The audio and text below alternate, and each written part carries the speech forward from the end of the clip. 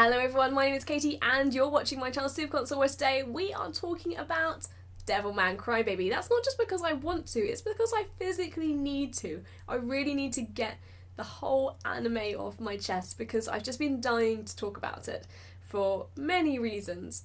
First of all, you know, it's kind of seasonal at the moment in Japan. Is the beginning of spring. It's the Setsubun festival where they have this ritual called Masaaki, where basically you throw beans at Oni, at devils and demons, to ward them away from your home, like get out all the bad stuff and bring in like the good New Year vibes. And they say this like chant, they say Oniwa to Fukuwa Uchi's, like, you know, out with the bad luck and in with the good. And it kind of, you know, times well with the release of Devilman Crybaby, which is all about humans suddenly discovering the existence of demons, of Akuma and Oni and devils in their lives, and kind of what happens, but also so much more. Now I'm going to cut to the chase. I'm absolutely in love with Netflix's new ultra-violent, ultra-stylized version of Devilman Crybaby. It's an absolute anime masterpiece and it's only the beginning of the year.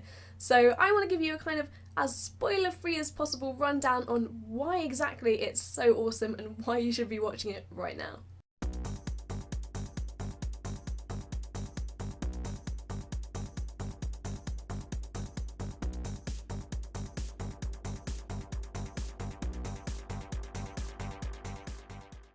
Now I know it's a bold statement, not just because Netflix isn't exactly famous for its ventures into the anime world, but even though it's only the beginning of the year, I think Devilman Crybaby will stand out as one of the most bold and unforgettable anime experiences of 2018, and here's why. So Devilman Crybaby is actually based on a 1970s manga written and illustrated by Go Nagai, which got pretty famous for really stretching the shonen demographic to its darkest limits with its horror and sexy contents. Now there have been a few anime adaptations of the manga since, but none with the creative license to be just as dark and shocking as the Netflix streaming platform allowed. The 2018 10-episode jaunt is directed by Masaaki Yuasa, famous for his unique, artsy and freeform animation, which often drifts from one style to the next in the space of a few minutes, which plays about with looking rather sketchy whilst really bringing out the mood of the shot through the on-screen colour palette. If you've seen last year's feature-length film The Night is Short, Walk On Girl, that guest episode he did on Adventure Time, and his experimental 2004 Mind Game, then you'll know what I'm chatting about. It's all pretty weird stuff. Devilman Crybaby sees wimpy teen Akira, who just loves nothing more than a good old track and field race, and fawning after the girl next door but actually lives at the same door, Mickey, awoken to the secret existence of demons within the human world, after one weird and debaucherous night visiting a club with his super cool and super rich best friend, Ryo. Now, Ryo being that kind of guy who wears an all-white long coat in the middle of summer, drives sports cars and carries around a machine gun, so it really should be no surprise that he's also the kind of guy who wants to expose demons hiding in the human world by calling upon his childhood friend Akira to unite with the devil trying to possess him, transforming him into a devil man with the strength of a demon but with the soul of a human. With his newfound powers, knowledge of the ancient race of demons, and hulking new body, Akira the Devil Man looks to purge evil from his everyday human society along with Ryo. And now, while this story may not be the most groundbreaking you've ever heard, that's probably because it's remaining pretty close to the 70s original, with all the twists and turns, albeit with a more modern setting and some slight story and character tweaks, and a hell of a lot more drugs and nudity. So if you're sitting here and thinking, this sounds pretty cool, it sounds like the kind of anime I'd really like, but you know, I'm not so sure how much violence and, you know, R-rated stuff I can handle. Well, a good test I would say, because there is a lot of like decapitation, nudity, slashing, blood, that kind of stuff in general. Is in the first episode, around 15-20 minutes in, there's this ridiculous bloodbath in a club, and if you can watch that and you can handle that, you'll probably be fine for the rest of the season. So if you're sitting here thinking, I'm not really sure, you know, maybe I'll give it a go, try the first episode, see how you get on with that, and then if you're still not feeling that great about it, if you're like, I just don't know, then, you know, it's down to you. And while the focus is pretty strongly on gore, death, the grotesque sexualization of both male and female demons, as well as the destruction which comes along with meddling in such dark forces, what truly grits me about Devilman Crybaby is it has this amazing feat of also dabbling in emotions, comedy, and the slice of life elements of everyday high school lives.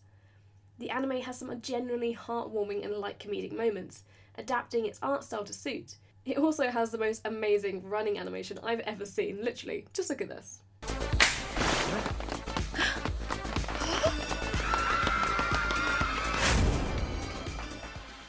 There's this interesting theme of Miki's relationship with relative fame and social media presence and how it can so suddenly turn against her, and the side arc of the developing and unlikely friendship between schoolgirl Miko and rapper Kukun. And on the subject of rappers, oh my, Devilman Crybaby has some of the most magical freeform J-rap scenes I've ever known, where this group of rappers, including Wamu, voiced by Kenneth390, and Young Days, who voices Kukun, and some amazing beatbox by Afro, who plays Hiei, who in a way form the commentary and essentially the narrative backbone of the whole anime, with their astute lyrics.